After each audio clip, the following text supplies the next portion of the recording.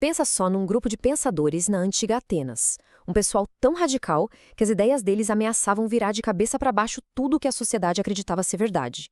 Eles não eram só professores, não. Eram provocadores que questionavam tudo sobre justiça, lei e poder. Hoje, a gente mergulha de cabeça nos sofistas posteriores. Vamos começar com essa pancada do Trasímaco. Essa frase, sozinha, já resume o espírito de confronto que a gente vai explorar. Esses pensadores não estavam ali para papo furado, para debate educado. A missão deles era desmascarar o que eles viam como as mentiras convenientes da sociedade. Olha, é super importante a gente entender uma coisa aqui. Não estamos falando de todos os sofistas. Depois daquela primeira geração, surgiu um grupo novo, muito mais radical.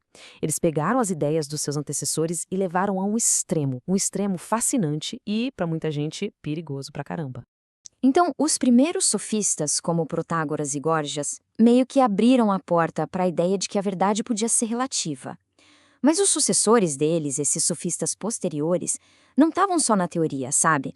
Eles estavam montando uma visão de mundo inteirinha baseada puramente em poder e interesse próprio. E aqui estão eles, os grandes nomes dessa rebelião intelectual: Trasímaco, Cállicles, Antifonte e Crítias.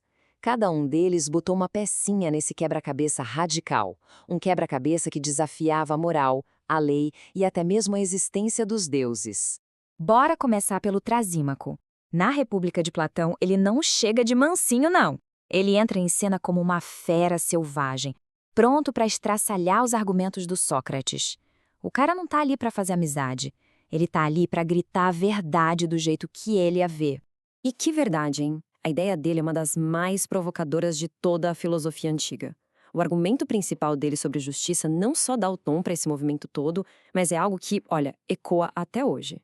Para ele, justiça não tem nada a ver com o ideal moral, sabe? Não é sobre o certo e o errado de um jeito cósmico. É bem mais simples e, digamos, mais brutal.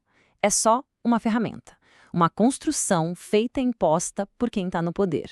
O raciocínio dele é o seguinte: todo governo, seja uma democracia, uma tirania, o que for, cria leis que servem aos seus próprios interesses. Aí eles viram e falam, olha, obedecer a essas leis aqui é ser justo. Ou seja, ser justo é simplesmente servir aos interesses de quem manda. É uma visão de mundo de um cinismo absurdo, né? Mas caramba, como é poderosa. Agora, atenção para um detalhe super importante. Praticamente tudo que a gente sabe sobre essa galera vem dos textos do maior rival filosófico deles, o Platão. Ele coloca esses caras como os adversários do Sócrates. Então, a gente está vendo as ideias deles pelo filtro de alguém que era totalmente contra. Ok, partindo dessa ideia de poder do Trasímaco, outros sofistas tipo Cállicles e o Antifonte desenvolveram um conflito ainda mais fundamental e que continua super atual: a briga entre nossos instintos, a nossa natureza e as regras que a sociedade impõe. Eles basicamente dividiram o mundo em dois conceitos que batem de frente. De um lado, a physis, ou a natureza. Para eles, essa era a lei real do universo: o mais forte prevalece, o mais forte domina. Do outro lado, o nomos, a convenção, que é basicamente toda a lei, tradição e moral que a gente inventou. E essa briga é o coração da filosofia deles. Pensa na physis, a natureza, como a lei da selva, o leão caçando a gazela. É sobre poder, instinto, dominação. Já o nomos, as nossas leis, a nossa moralidade, para eles é como se fosse um escudo artificial, uma invenção da maioria, dos mais fracos, para se protegerem dos poucos que são naturalmente superiores. Isso aqui resume perfeitamente o que o Cállicles pensava.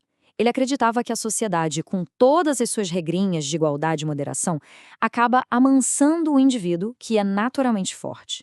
Para ele, o verdadeiro herói é o cara que arrebenta essas correntes da convenção e deixa a sua natureza dominar. Aí vem o Antífonte e leva essa ideia para um lugar ainda mais radical. Para ele, a gente só obedece à lei por medo de ser pego. Mas, numa virada surpreendente, ele usou essa mesmíssima lógica da natureza para dizer que essas nossas divisões sociais, tipo grego contra bárbaro ou livre contra escravo, eram invenções que não tinham nada de natural. No fundo, o que ele estava dizendo é que somos todos iguais por natureza. Então, quando a gente junta tudo isso, o que a gente tem?